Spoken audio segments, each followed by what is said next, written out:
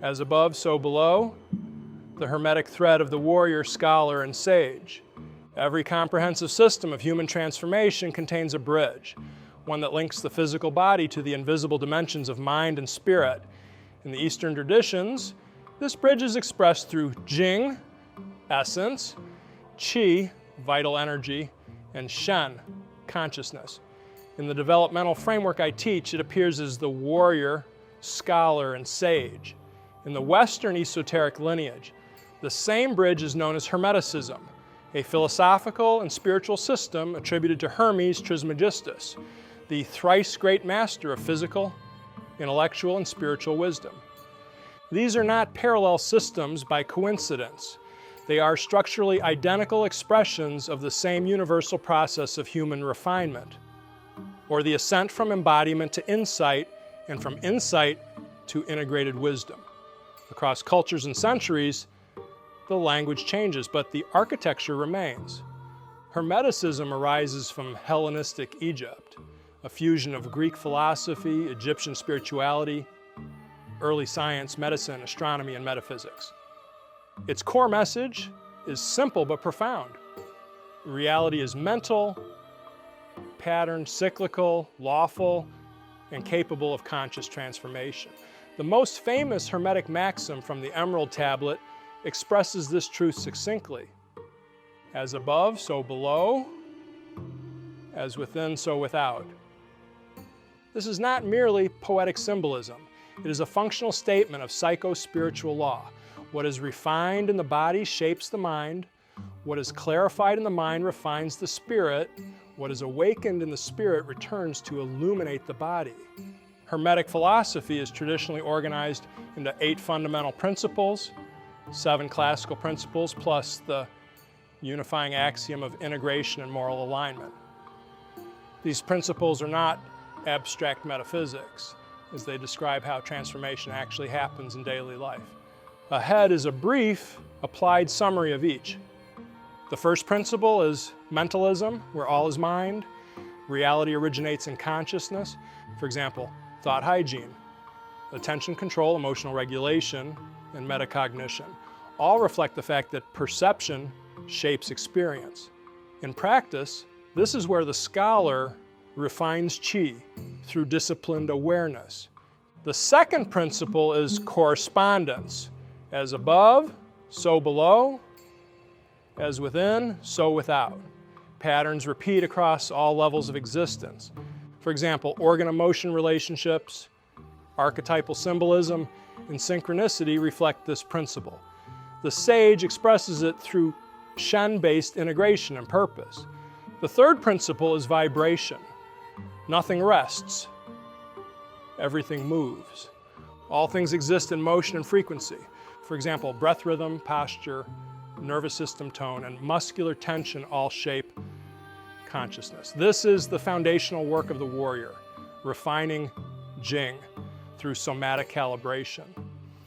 Or more simply put, the mind puts the body into the correct and appropriate positions in order to function properly. The fourth principle is polarity. Opposites are identical in nature, differing only in degree. All dualities exist on a spectrum. For example, fear and courage, stress and resilience, pain and growth. These are not opposites, but transformations of the same continuum. This principle governs emotional alchemy and shadow integration. The fifth principle is rhythm. Everything flows in and out. Nature moves as cycles. For example, circadian rhythms, seasonal cycles, recovery cycles and training, and emotional tides all operate under rhythmic law.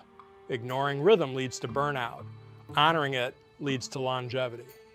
The sixth principle is cause and effect. Every cause has its effect. Nothing is random. For example, consistent practice compounds. Discipline produces capacity. Neglect produces decay. This principle governs training progression, psychological habit formation, and destiny itself. What we plant either grows or decays. Everything has a ripple effect on everything else. The seventh principle is that of gender. masculine and feminine principles exist in everything. All creation arises from active and receptive forces. For example, stillness and motion, force and yielding, analysis and intuition are necessary partners. In internal alchemy, this corresponds to Kan and Li, or the intermarriage of fire and water. This brings me to the last and eighth principle of the unifying principle, integration and moral alignment. This is implicit throughout the Hermetic text. This is the alchemical ascent itself, matter to energy to consciousness to unity, warrior to scholar to sage, Jing to Qi to Shen. It describes the return of the fragmented human being to wholeness. One process, two languages, Western Hermeticism and Taoist, Neidan, also referred to as internal alchemy, describe the same three-stage refinement where refining Jing is the warrior archetype, seen as physical stability, grounding, structure, breath, and stance.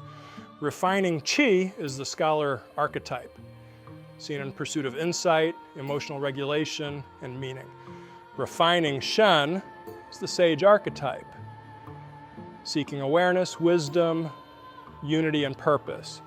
In Hermetic terms, this mirrors earth to air to fire to ether, body to mind to spirit to divine mind, alchemy to knowledge to illumination to union. The training of the body becomes the furnace of consciousness.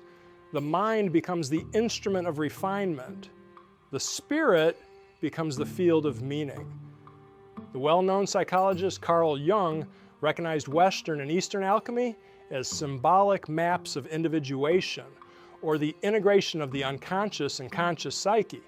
He interpreted alchemical stages as shadow purification, integration of opposites, intermarriage or conjunctio, emergence of the unified self. This is precisely the warrior scholar sage progression expressed in psychological language.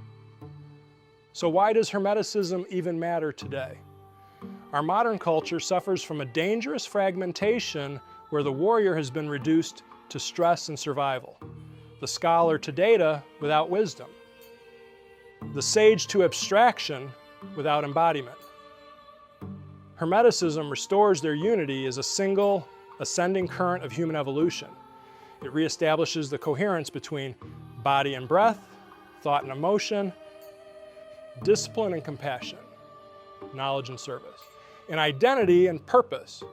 This summary introduces my deeper work, now more fully developed in my newest release of Book 38, entitled Hermeticism, its relevance to the teachings of the warrior, scholar, and sage.